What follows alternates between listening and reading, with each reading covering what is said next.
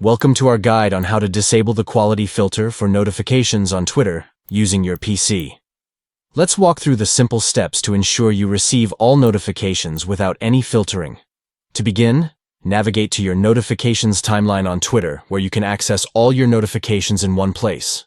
Once you're in the notifications section, proceed to the next step. To filter your notifications and access the settings, look for the Settings option within the notifications timeline. Click on Settings to continue customizing your notification preferences. Within the Settings menu, locate the option labeled Quality Filter.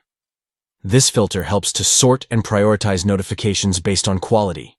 To disable this filter and receive all notifications without any restrictions, simply click on the box next to the quality filter to turn it off.